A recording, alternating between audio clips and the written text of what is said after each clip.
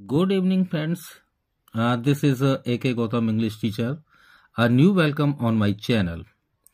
Friends, मैंने इससे पहली वाली वीडियो में आपको नॉन फाइनाइट वर्ब का पहला काइंड जिसे इन्फिनेटिव कहा जाता है उसको पढ़ाया था।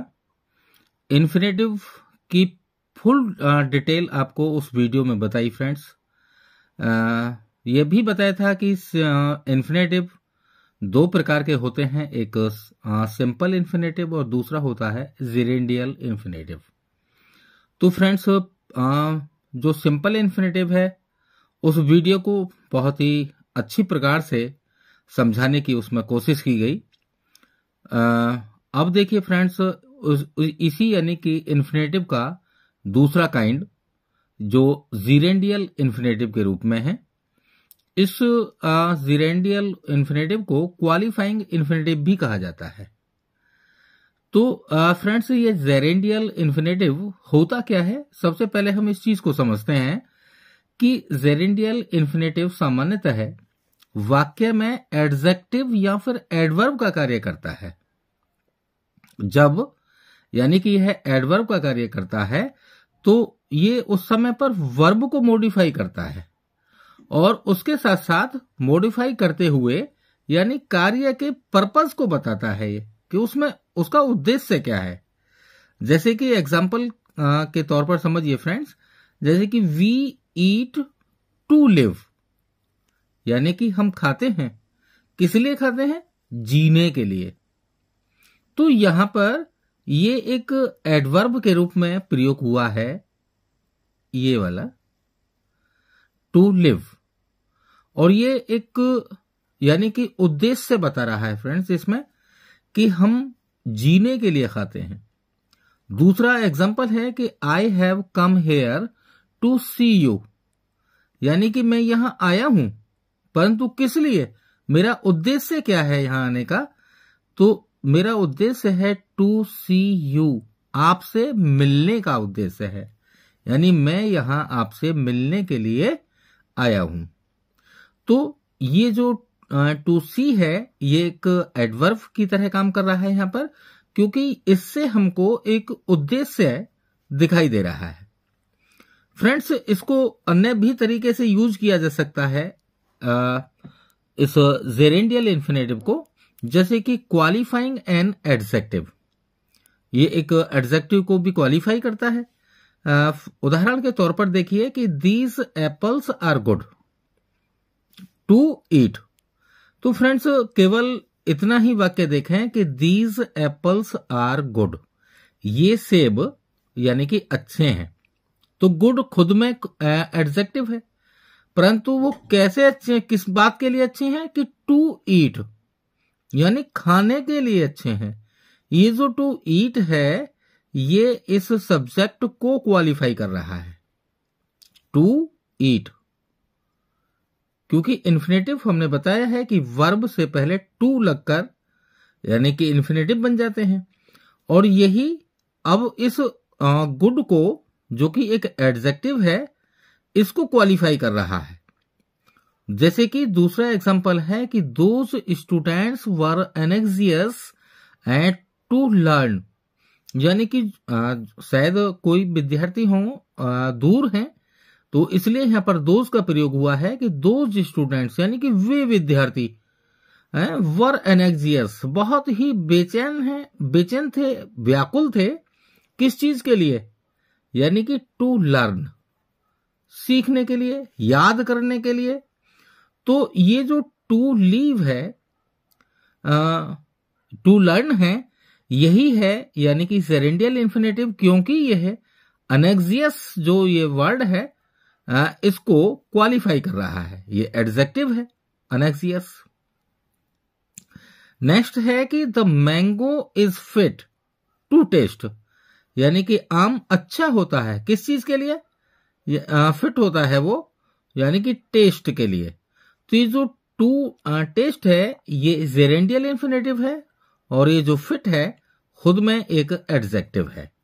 तो फ्रेंड्स, इन सभी चीजों से, ये जो उदाहरण हमने दिए हैं, इनसे आपको पता चल गया होगा कि जेरेंडियल इन्फिनेटिव यानी कि एक एडजेक्टिव को भी क्वालिफाई करता है। फ्रेंड, जैसे कि क्वालिफाइंग अ नाउन, ये एक नाउन को भी क्वालिफाई करता है। फॉर एग्जाम्पल, यानी कि I have no time to play, यानी कि मेरे पास खेलने के लिए समय नहीं है। तो जो ये टू प्ले है, ये है फ्रेंड्स जेरेंडियल इंफिनिटिव, क्योंकि इस नाउन को, ये जो टाइम दे रखा है नाउन, इसको यानी कि क्वालिफाई कर रहा है। जैसे कि दूसरा example, here is a house to let, यानी कि यहां एक घर है, किस चीज के लिए है, यानी कि टू लेट, किराए के लिए खाली है। टू लेट का मतलब होता है किराए के लिए खाली होना। तो ये टू लेट, ये यानी कि जेरेंडियल इंफिनिटिव है, और ये इसको नाउन को, जो ये हाउस लिखा हुआ है नाउन के रूप में, यानी इसको क्वालिफाई कर रहा है। थर्ड वन एग्जांपल है कि there was not a moment to be lost, यानी कि कोई भी ऐसा पल नहीं था जिसे कि खोया जा सके। तो यहां जो ये टू बी ये दे रखा है, यही है जेरेंडियल इंफिनिटिव, और यहां पर अ मोमेंट दे रखा है, ये एक नाउन है। तो इससे यानी कि इन एग्जांपल्स से आपको समझ में आ गया होगा कि जो जेरेंडियल इंफिनिटिव है वो एक नाउन को भी क्वालिफाई करता है। तो फ्रेंड्स, यहां पर आकर इस वो जो इंफिनिटिव वाला चैप्टर चल रहा था, इससे पिछली वाली वीडियो में हमने बताया था सिंपल इंफिनिटिव के रूप में, उसका एक पार्ट जेरेंडियल इंफिनिटिव था, जो कि यहां हमने पूरा किया।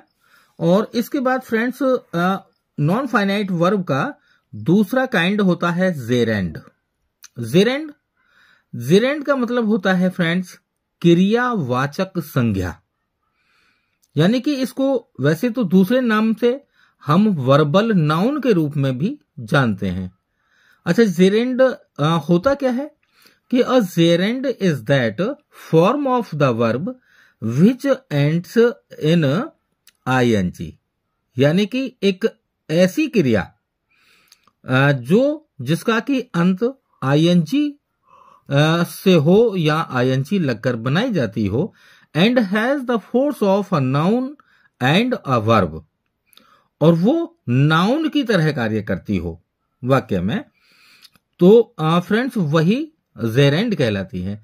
इसीलिए हमने इसका हिंदी भी लिख दिया है आपको कि ये क्रियावाचक संज्ञा होती है फ्रेंड्स, क्योंकि वर्ब आईएनजी हमको वर्ब में लगानी है, तो वर्ब हो गई यानी कि क्रिया, और जब आईएनजी लगने के बाद वो एक नाउन की तरह यानी कि सब्जेक्ट या फिर ऑब्जेक्ट की तरह काम करता है, क्योंकि सब्जेक्ट या जो भी यानी कि सब्जेक्ट होते हैं उनका वो सभी के सभी या तो कोई नाउन हो सकते हैं या फिर प्रोनाउन हो सकते हैं, ये भी नाउन की ही तरह कार्य करते हैं।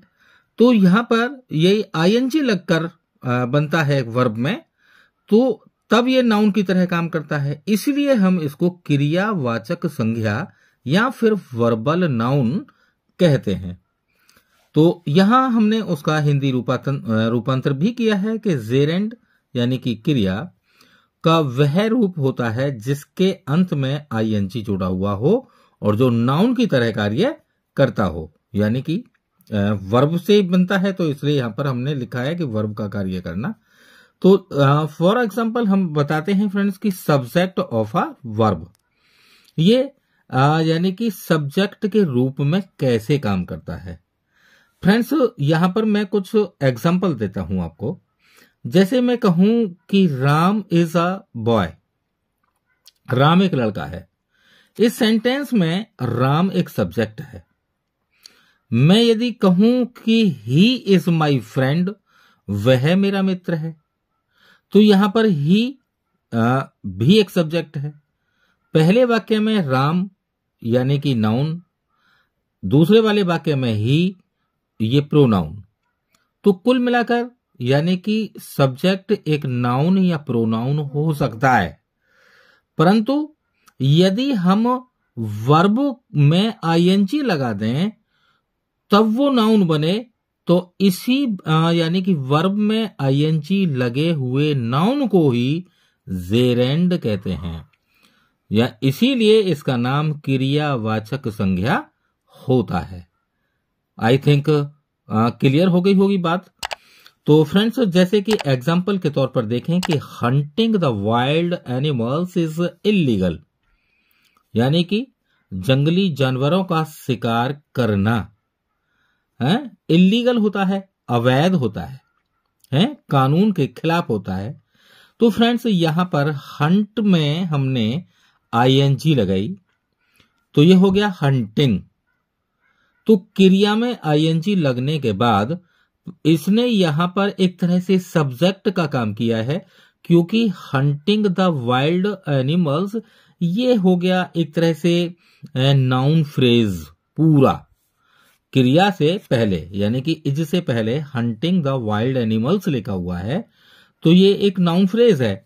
परंतु यहां पर हंट क्रिया में आईएनजी लगाया, इसलिए ये जेरेंड बन गया और तभी अपना इसका मीनिंग हुआ क्रियावाचक संज्ञा। तो हंटिंग यहां पर जेरेंड है। और दूसरे वाक्य में देखें फ्रेंड्स कि रीडिंग इज माय हॉबी, यानी कि पढ़ना मेरी आदत है। तो यहां रीड क्रिया में आईएनजी लगाया, जिसने कि सब्जेक्ट की तरह काम किया, नाउन की तरह काम किया, तो ये बन गया जेरेंड। तो जैसे कि walking is a good exercise, टहलना एक अच्छी अभ्यास होती है या अच्छा अभ्यास होता है, तो वॉक में आईएनजी लगाया, तो ये बन गया सब्जेक्ट और यही कहलाता है जेरेंड। तो कुल मिलाकर यानी कि वर्ब में आईएनजी लगाने के बाद यदि वो क्रिया ना होकर एक सब्जेक्ट के रूप में काम करे या फिर ऑब्जेक्ट वगैरह के रूप में काम करे, तो वही यानी कि जेरेंड कहलाते हैं। समझ। अब दूसरा इसका प्रयोग है कि ऑब्जेक्ट ऑफ अ वर्ब, यानी कि ये वर्ब के एक ऑब्जेक्ट की भी तरह काम करता है। फॉर एग्जाम्पल, जैसे कि आई लाइक रीडिंग नोवेल्स, मुझे यानी कि उपन्यास पढ़ना पसंद है। तो फ्रेंड्स, यहां पर जो रीडिंग है ये ऑब्जेक्ट के रूप में है, क्योंकि क्रिया के बाद प्रयोग होने वाले शब्द ऑब्जेक्ट होते हैं। तो यहां रीडिंग एक ऑब्जेक्ट के रूप में है। दूसरे फ्रेंड्स, इसमें जो जेरेंड में हम वर्ब में आईएनजी लगाकर जब बताते हैं, तो इनका अर्थ ना नी ने से निकलता है। जैसे आई लाइक रीडिंग नोवेल्स, यानी मैं उपन्यास पढ़ना पसंद करता हूं। दूसरा एग्जांपल, जैसे कि ही हेट्स टेलिंग लाइज, यानी कि वह झूठ बोलने से घृणा करता है, झूठ बोलना। तो ये जो टेलिंग है ये ऑब्जेक्ट के रूप में प्रयोग हुआ है और ये जेरेंड है। जैसे कि तीसरा एग्जांपल कि स्टॉप राइटिंग नाउ, यानी कि क्रिया के बाद में ये राइटिंग शब्द, परंतु यहां पर कि लिखना अब बंद कीजिए, तो यह राइटिंग ऑब्जेक्ट के रूप में प्रयोग हुआ है, परंतु ये यानी कि जेरेंड है। जैसे कि the miser hates spending money, miser यानी कि जो कंजूस व्यक्ति होते हैं वो धन खर्च करने से घृणा करते हैं। तो स्पेंड के बाद में आईएनजी लगा, ये एक तरह से ऑब्जेक्ट के रूप में काम कर रहा है, तो ये हुआ जेरेंड। फ्रेंड्स, इसका प्रयोग हम कॉम्प्लीमेंट के रूप में भी करते हैं, यानी कि कॉम्प्लीमेंट ऑफ अ वर्ब। जैसे कि doing is learning, doing is learning यानी कि करने से ही सीखना होता है। यानी कि आपने बहुत सारे विद्वान लोगों को सुना होगा ये कहते हुए कि learning by doing, learning by doing यानी कि कार्य कर करके सीखो। तो वही है फ्रेंड्स कि यहां पर जो डूइंग शब्द है ये एक तरह से सब्जेक्ट है और यहां लर्निंग एक तरह से इसका कॉम्प्लीमेंट है, क्योंकि वर्ब के तुरंत बाद प्रयोग हुआ है। तो ये जो लर्निंग है यही है जेरेंड और ये इस वर्ब का कॉम्प्लीमेंट है। जैसे कि उदाहरण के तौर पे हमने फ्रेंड्स इससे पिछली वाली वीडियोस में बताया था कि आई एम टीचर, तो आई और एम और टीचर, ये केवल 3 शब्द हैं इसमें। तो यहाँ पर टीचर जो शब्द होता है वो एम का कॉम्प्लीमेंट होता है। As it doing is learning, यहाँ पर ये जो लर्निंग है इस इज का कॉम्प्लीमेंट है। जैसे कि सीइंग इज बिलीविंग, देखना ही विश्वास करना होता है, तो देखना ही विश्वास करना है। इसके लिए भी हमने बताया था फ्रेंड्स, बुजुर्ग बताते हैं कि जब तक अपनी आंखों से न देख लो तब तक विश्वास नहीं करना चाहिए। तो उसी के लिए ये सेंटेंस है कि सीइंग इज बिलीविंग। तो यहां पर जो बिलीविंग का प्रयोग हुआ है वर्ब के जस्ट बाद, यही है friends complement of a verb. जैसे कि my hobby is collecting things, मेरी आदत है वस्तुओं को इकट्ठा करने की। तो यहां पर इज के बाद तुरंत कलेक्टिंग का प्रयोग हुआ है। तो फ्रेंड्स यही है यानी कि कॉम्प्लीमेंट ऑफ अ वर्ब। कुल मिलाकर यदि दूसरे शब्दों में कहा जाए कि लर्निंग, बिलीविंग, कलेक्टिंग, ये सभी के सभी जेरेंड हैं। इसके साथ साथ friends object of a preposition, यानी कि ये प्रीपोजिशन के ऑब्जेक्ट के रूप में भी जेरेंड का काम होता है। जैसे कि he is fond of reading novels, यानी कि वह उपन्यास पढ़ने का शौकीन है। फ्रेंड्स ये जो फॉन्ड शब्द है ये एक क्रिया है, और ये भी बता दूं कि इस फॉन्ड के साथ सदैव ऑफ प्रीपोजिशन का ही प्रयोग होता है। तो यहां जो रीडिंग शब्द है ये फ्रेंड्स जेरेंड है। दूसरे ये इस प्रीपोजिशन का, ऑफ प्रीपोजिशन का, यानी कि ऑब्जेक्ट है। इसके बाद कि he was punished, she was punished for telling a lie, यानी कि वह झूठ बोलने के लिए दंडित की गई थी।